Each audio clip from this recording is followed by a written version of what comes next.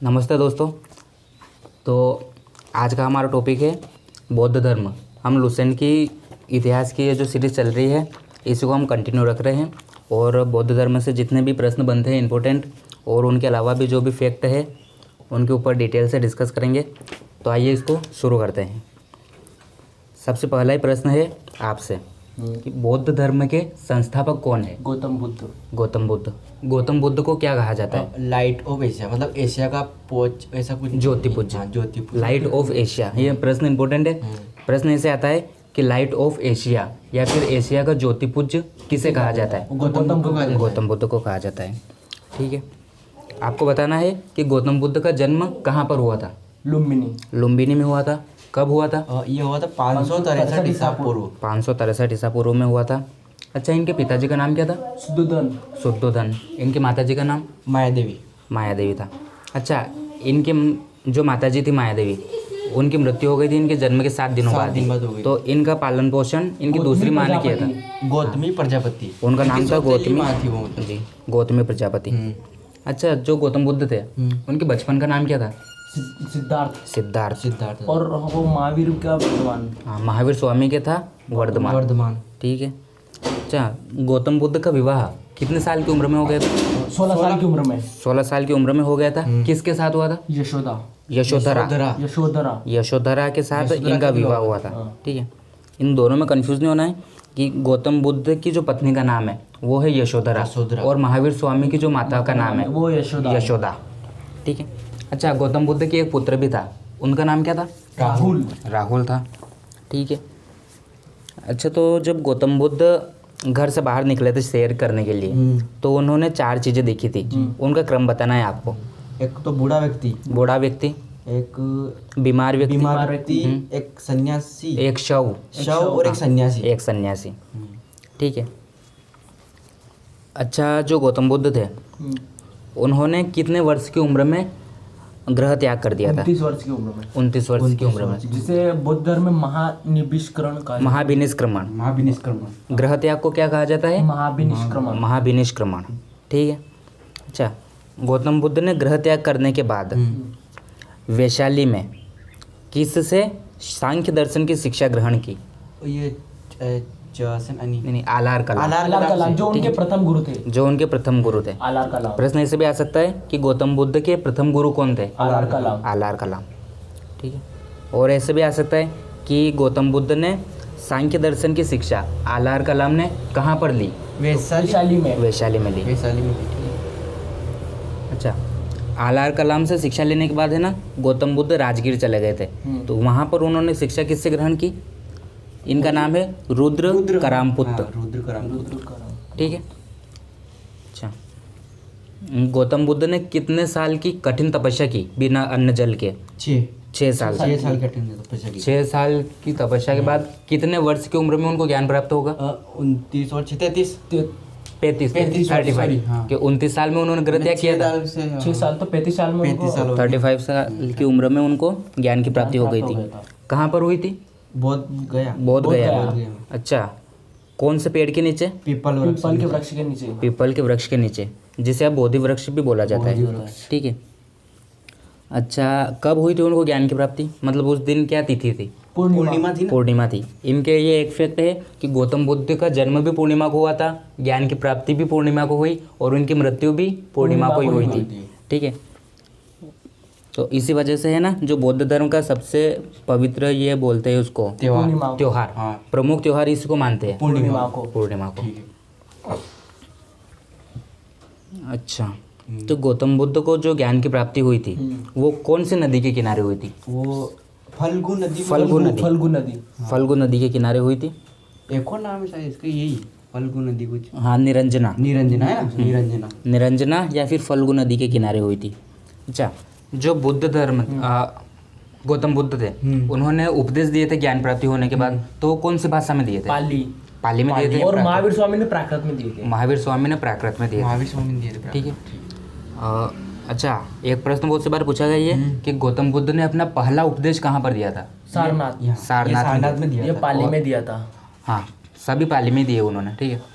पहला उपदेश सारनाथ में दिया था और सबसे ज़्यादा कहाँ पर दिए? ये कौशल की राजधानी है श्रावस्ती, वहाँ पर दिए थे। श्रावस्ती में दिए थे। ठीक है। अच्छा, जब गौतम बुद्ध ने पहला उपदेश दिया था तो इस घटना को बौद्ध धर्म में क्या कहा गया? धर्मचक्र परिवर्तन, धर्मचक्र प्रवर्तन। प्रवर्तन। प्रवर्तन। ठीक है। अच्छा, जो कुछ प्रमुख राजाओं के नाम बताइए जो कि बौद्ध धर्म को मानते थे। एक तो बिंबिसार, अजातशत्रु, बिंबिसार थे। एक ने उदयन, उदयन भी थे। दो ने प्रत्येशित, ऐसा कुछ हाँ, नाम। प्रसेनजित। एक अशोक। अशोक भी बौद्ध धर्म का ये था। उदयन जो था ना, मतलब ये जैन धर्म में भी था। हाँ, ये वो बौद्ध में और भी है। बौद्ध में भी, दोनों में है ये। दोनों में है। अच्छा, जो गौतम बुद्ध थे उनकी मृत्यु कितने साल की उम्र में हो गई थी? 82 नहीं 80। 80 483 मतलब 80 वर्ष की उम्र में उनकी मृत्यु हो गई थी। मतलब 563 ईसा पूर्व में इनका जन्म हुआ था, तो 80 माइनस कर लो उसमें से। 83। ठीक है। 483 ईसा पूर्व में इनकी मृत्यु हो गई थी। कहाँ पर हुई थी? मृत्यु इनकी वहाँ बिहार के वो कुशीनगर। कुशीनगर में हुई थी ना। बिहार का नहीं, ये कुशीनगर है यूपी में। यूपी उत्तर में। प्रदेश। ठीक है। देवरिया कुछ है। हाँ, अभी देवरिया बोलते हैं इसे। उस समय कुशीनगर बोलते थे और अब बोलते हैं देवरिया। ठीक है। अच्छा, उनकी मृत्यु को बुद्ध ग्रंथों में क्या कहा गया है? महानिष्क्रमण, महापरिनिर्वाण। महापरिनिर्वाण। जो मृत्यु होती है ना तो उसको निर्वाण बोला गया है, तो महापरिनिर्वाण इस घटना को बोला गया है। ठीक है। ऐसा माना जाता है मतलब कि इनकी मृत्यु जो है चूंद द्वारा अर्पित भोजन करने के बाद हो गई थी। ठीक है। विष वाला ऐसा कुछ। हाँ, ऐसा कुछ विष था शायद उसमें। ठीक है। तो अब अगला प्रश्न है आपके कि त्रिपिटक। त्रिपिटक जो है ये ग्रंथ है मतलब, त्रिपिटक, तो इनका संबंध किस धर्म से है? बौद्ध धर्म से। बौद्ध धर्म से। ये दो नाम एक जैसे लगते हैं अपन को, त्रिरत्न। त्रिरत्न और त्रिपिटक। त्रिरत्न जैन धर्म से हाँ। और त्रिपिटक बौद्ध धर्म से। त्रिपिटक बौद्ध धर्म से। इनमें कन्फ्यूजन होता है बहुत सी बार, तो कन्फ्यूज नहीं होना है। देखो इसमें आ रहा है त्रिपिटक, मतलब कि बुद्धि किससे आती है? जब किसी को पीटते हैं ना अपन, अगर तुम याद करके नहीं आए तो तुमको पीटूंगा ना मैं, तो तुम्हें बुद्धि आ जाएगी। तो ऐसे याद रख सकते हैं अपन। तो त्रिपिटक का संबंध किससे है? बौद्ध से। तो बचा वो त्रिरत्न, वो जैन से हो जाएगा। ठीक है। अच्छा, ये जो तीन पिटक थे, त्रिपिटक, विनय पिटक, सूत्र पिटक और अभिदम्भ पिटक, ये तीनों कौन सी भाषा में लिखे गए? पाली में लिखे। ठीक है। अच्छा, जो बौद्ध धर्म है इसमें ईश्वर की मान्यता है कि नहीं? नहीं, ईश्वरवाद। इसमें और जैन धर्म दोनों। जैन धर्म में भी नहीं है ईश्वर की मान्यता। ठीक है। अच्छा, जो जैन धर्म था उसमें आत्मा की मान्यता थी। हाँ, उसमें वो आत्मा को मानते थे। आत्मा को मानते थे। और इसमें ये आत्मा को भी नहीं मानते। ये आत्मा को भी नहीं मानते थे। इसमें आत्मा की कल्पना भी नहीं है। अच्छा, ठीक है। अच्छा, पुनर्जन्म की मान्यता है कि नहीं बौद्ध धर्म में? नहीं है। पुनर्जन्म की है पुनर्जन्म की मान्यता है। जैन धर्म में भी पुनर्जन्म की मान्यता है और इसमें भी है। ठीक है। अच्छा, विश्व दुखों से भरा है, ये सिद्धांत गौतम बुद्ध ने किन ग्रंथों से लिया है? उपनिषद से लिया है। ठीक है।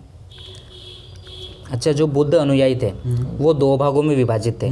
वो कौन कौन से थे? एक तो हीनयान और महायान। नहीं, धर्म की नहीं पूछ रहा हूँ मैं पूछ रहा हूँ उनके अनुयायी जो थे ना, मतलब जो बौद्ध धर्म को मानने वाले, उनको दो भागों में विभाजित किया था। एक थे भिक्षुक और दूसरे थे उपासक। हाँ, भिक्षु उपासक। ठीक है। अच्छा, इनमें मुख्य अंतर क्या है वो मैं बता रहा हूँ आपको कि जो बौद्ध धर्म के प्रचार के लिए जिन्होंने संन्यास ले लिया, मतलब घर छोड़ दिया, उनको तो बोलते थे भिक्षु।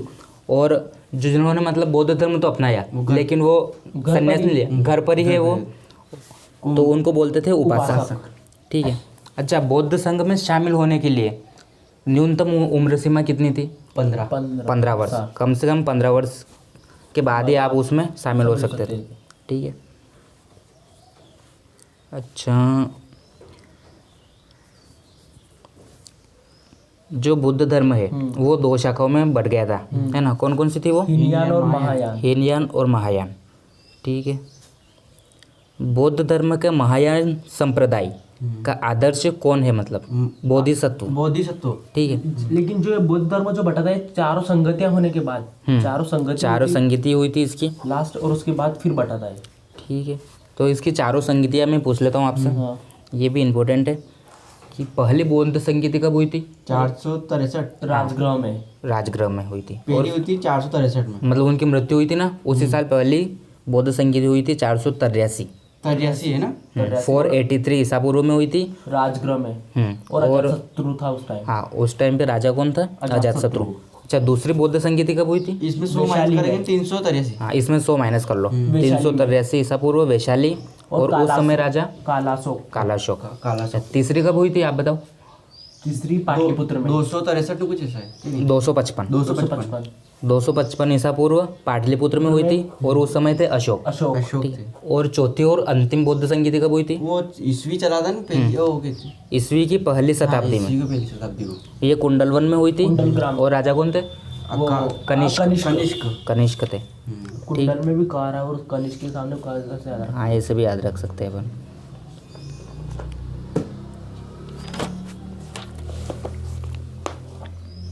अच्छा, जो अपन धार्मिक जुलूस वगैरह निकालते हैं, इसका प्रारंभ कब से हुआ है? मतलब बौद्ध धर्म से ही हुआ है। ठीक है, सबसे पहले इन्होंने निकाला था मतलब। और अभी पूछा था मैंने कि बौद्धों का सबसे पवित्र त्योहार कौन सा है? पूर्णिमा, वैशाख पूर्णिमा। ठीक है, जिसे बुद्ध पूर्णिमा भी बोलते हैं। और इसका महत्व मैंने बता ही दिया था, क्यों है? क्योंकि इसी दिन इनका जन्म हुआ था, ज्ञान की प्राप्ति भी हुई थी, और मृत्यु भी हुई थी। ठीक है। अच्छा, बुद्ध ने सांसारिक दुखों के संबंध में 4 सत्य उपदेश दिए हैं। ये कौन कौन से हैं?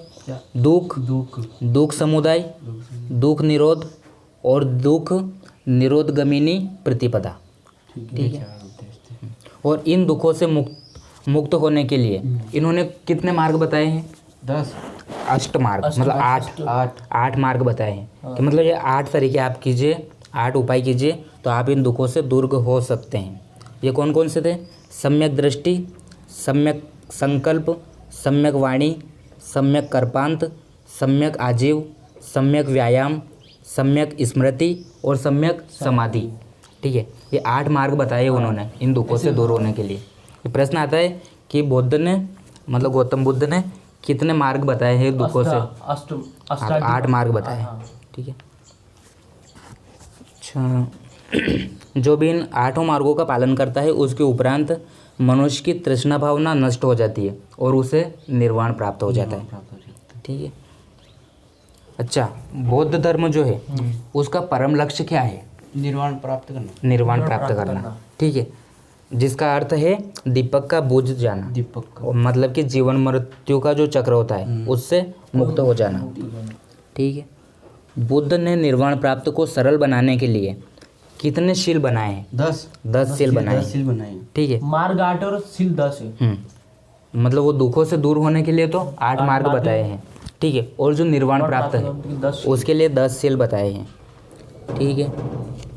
जिसमें से जो गृहस्थ लोग थे, मतलब जो उपासक थे, जो संन्यास जीवन नहीं अपनाते थे, उनके लिए 5 शील है। और जो भिक्षु थे, जो मतलब संन्यास ले लेते थे, घर वगैरह छोड़ देते थे, उनके लिए 10 शील है। ठीक है। अच्छा, एक इम्पोर्टेंट प्रश्न है इसमें कि बुद्ध ने कौन से मार्ग का उपदेश दिया है? मतलब मार्ग मतलब मध्यम मार्ग, है ना? मध्यम मार्ग का उपदेश दिया है। अच्छा, जो जातक कथाएं हैं ये किससे संबंधित है? बौद्ध धर्म से ही है। इसमें ठीक है, इसमें ये बताया गया है कि जो बोधिसत्व है, मतलब बौद्ध धर्म का प्रचार वगैरह करने वाले, इनका जन्म है ना मनुष्य के रूप में भी हो सकता है, और किसी पशु के रूप में भी हो सकता है।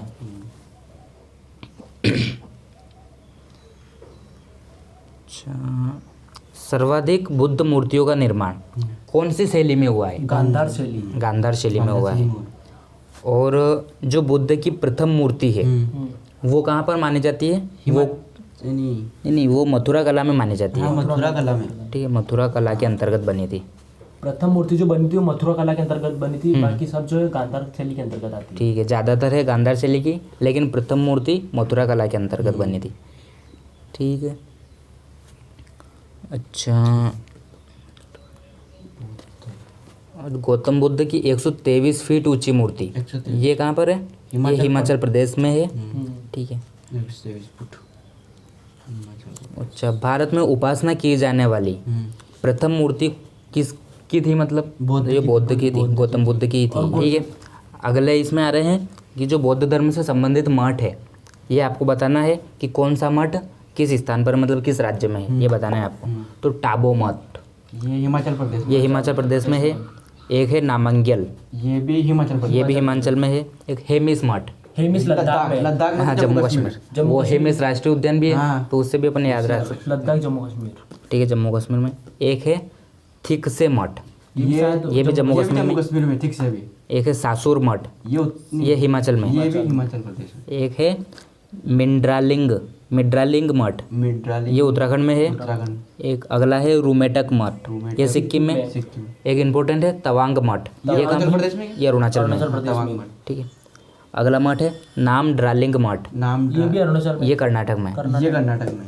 और एक अगला है लास्ट मठ बोधि मंडा मठ, बोधि मंडा। ये है बोध गया बिहार। बिहार। बोधि मंडा। ठीक है। बोध गया। अच्छा, इनके अलावा मैं ये आपको एक एक्स्ट्रा फैक्ट बताता हूँ कि मतलब अभी वर्तमान में जो टॉप 10 सबसे ऊंची मूर्तियाँ है ना, उनमें से 8 जो है, 10 में से 8 गौतम बुद्ध की है। 10 में से 8 उनकी है। और 2 कौन कौन सी? एक तो स्टेचू ऑफ यूनिटी और स्टेचू ऑफ लिबर्टी, इन 2 को छोड़ दे तो बाकी जो भी 8 है सबसे वो ऊंची, बुद्ध की वो गौतम बुद्ध की ही है। ठीक है। ठीक है। बहुत ही बढ़िया। तो शानदार। ये बौद्ध धर्म यहाँ पर कंप्लीट हो गया है। इसके जितने प्रश्न मैंने पूछ लिए हैं सब। अगला कौन सा? अगला कौन सा टॉपिक रहेगा अपना? अगला टॉपिक है अपना शैव धर्म शैव धर्म बस। और वैष्णव धर्म। नहीं सेव। ये छोटे छोटे ही है ये तो, हाँ, शैव तो धर्म, एक पेज वैष्णव में हो जाएगा इनका। सेव धर्म वैष्णव धर्म। शैव धर्म और वैष्णव धर्म के बारे में अपन कल डिस्कस करेंगे, तो आप पढ़कर आइएगा। जी बिल्कुल।